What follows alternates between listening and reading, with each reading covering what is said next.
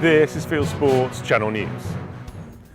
DEFRA says it will allow the release of game birds in 2025, but it is banning the release of birds near or on special protection areas. DEFRA says it will publish GL43 in the next couple of weeks, a new general licence that covers the release of game birds. It will not publish GL45 this year, meaning that shoots which want to release on European designated SPAs in England will need to apply for an individual licence. DEFRA says it no longer needs there to be an outbreak of bird flu to justify its ban, just what it calls high risk of bird flu.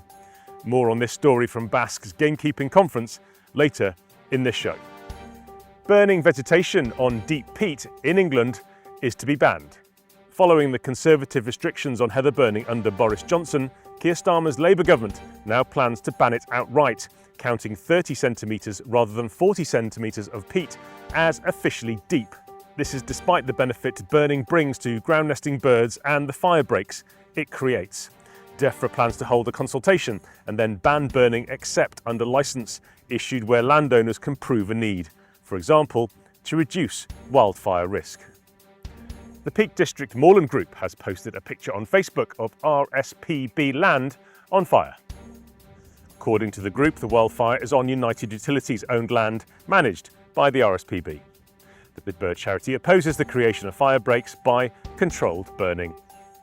The government has announced plans to nationalise land it wants for nature. According to the Planning and Infrastructure Bill currently going through Westminster, the DEFRA nature agency Natural England will be able to acquire land compulsorily if it claims it requires the land for purposes connected with the taking of a conservation measure.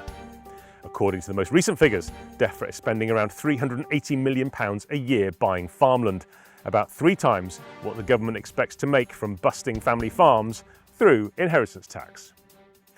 An incident on Pabay, a small island off the west coast of Scotland, provides yet more evidence that sea eagles prey on livestock.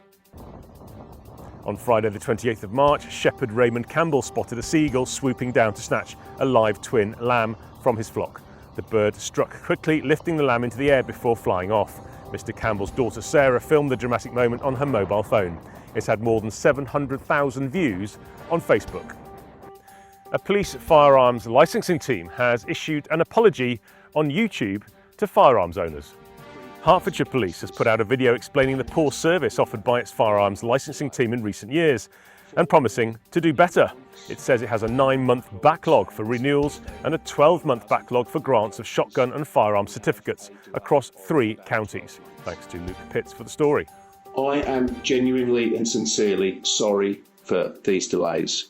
I recognise what this means to firearms holders across Bedfordshire, Cambridgeshire and Hertfordshire, and particularly those within rural communities who need those weapons for their business needs.